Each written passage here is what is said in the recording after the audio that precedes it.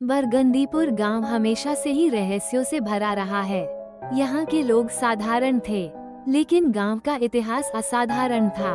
लोग मानते थे कि इस गांव के चारों ओर फैले जंगलों में कुछ ऐसा है जिसे नजरअंदाज नहीं किया जा सकता। कई बार लोग रातों को जंगल से आने वाली अजीब आवाजों और विचित्र रोशनी की बातें करते, लेकिन कोई इसे मानने को तैयार नहीं होता। इस गांव में रहने वाले दो दोस्त थे, आदित्य और रवि। दोनों बचपन से साथ रहे थे और अब बड़े हो चुके थे। आदित्य अपने काम से लगन से जुड़ा हुआ था, जबकि रवि एक खोजी स्वभाव का इंसान था, जो हर छोटी से छोटी बात पर ध्यान देता। गांव में कई तरह की कहानियां फैली हुई थीं, लेकिन आदित्य उन पर ज्यादा ध्यान नहीं देता था। दूसरी ओर रवि को हमेशा इन बातों में कुछ न कुछ सच्चाई नजर आती थी। एक दिन गांव के बूढ़े शर्मा जी अचानक लापता हो गए। लोग कहते थे कि उन्होंने आखिरी बार गांव के बाहर जंगल की ओर जाते देखा था, जहां कोई भी रात में जाने की हिम्मत नहीं करता था। गांव में ये खबर तेजी से फैल गई और लोग सहम गए। कुछ ने मान लिया कि जंगल में जरूर कोई अजीब शक्ति है, जबकि कुछ इसे एक साधारण घटना समझते रहे। रवि और आदित्य दोनों ही इस घटना से विचलित हो गए। शर्मा जी गांव के सम्मानित व्यक्ति थे और किसी को बिना बताए उनके गायब होने का कोई कारण नहीं समझ आ रहा था। रवि ने आदित्य से कहा, हमें जंगल में जाकर देखना चाहिए कि आखिर वहाँ हो क्या रहा है। आदित्य पहले तो हिचकिचाया, लेकिन रवि के उत्साह और विश्वास ने उसे भी साथ चलने के लिए राजी कर लिया। रात का समय था जब वे दोनों गांव के बाहर निकलकर जंगल की ओर बढ़ने लगे। जंगल की ओर जाते वक्त रास्ता धुंधला और डरावना था। उनके पैरों के नीचे सूखे पत्तों की आवाज के अलावा कोई आवाज नहीं आ रही थी। अंधेरे में टॉर्च की हल्की रोशनी के सहारे वे आगे बढ़ते रहे। जैसे जैसे वे गहरे जंगल में दाखिल होते गए, उनके दिल की धड़कनें तेज होने लगीं। अचानक उन्हें दूर से हल्की सी रोशनी दिखाई दी, जो पेड़ों के बीच झिलमिला रही थी। वो क्या है? आदित्य ने पूछा। शायद वही जगह है जहाँ से शर्मा जी गायब हुए थे, रवि ने कहा। जब वे उस रोशनी के पास पहुँचे, तो उन्होंने देखा कि वहाँ एक पुरानी और टूटी फूटी झोपड़ी खड़ी थी।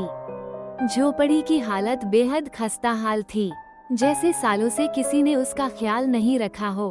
दोनों ने झोपड़ी का दरवाजा खोलने की कोशिश की, लेकिन दरवाजा अंदर से बंद था।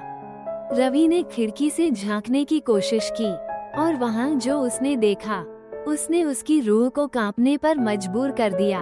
अंदर एक आदमी बांधा हुआ था, और वो कोई और नहीं बल्कि शर्मा जी थे। उनके हाथ पैर बंधे हुए थे और मुंह पर पट्टी बंधी हुई थी।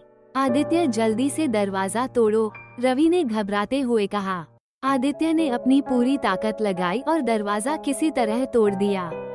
अंदर जाकर उन्होंने शर्मा जी को तुरंत छुड़ाया और पानी पिलाया। शर्मा जी बुरी तरह से घबराए हुए थे। उन्होंने बताया कि उन्हें किसी ने यहाँ अगवा किया था, लेकिन वो चेहरा नहीं देख पाए थे।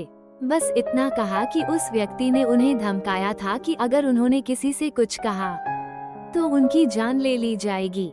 ये सुनते ही रवि और आदित्य की आंखों में डर और जिज्ञासा दोनों दिखाई देने लगे। आखिर ये सब कौन कर रहा था? गांव के इतने नजदीक ऐसी घटना हो सकती है? ये किसने सोचा था, और क्यों शर्मा जी को अगवा किया गया?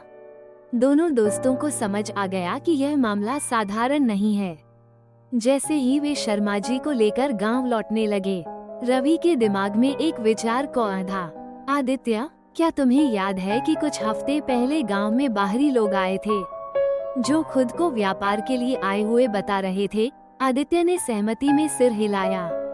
शायद यह उसी से जुड़ा हुआ है, रवि ने अनुमान लगाया। गांव लौटकर उन्होंने गांव के मुखिया और पुलिस को पूरी घटना बताई। पुलिस ने जांच शुरू की और धीरे धीरे ये पता चला कि उन बाहरी लोगों का गांव के जंगल के अंदर एक गुप्त व्यापार चल रहा था, जिसमें कुछ ग्रामीण भी शामिल थे।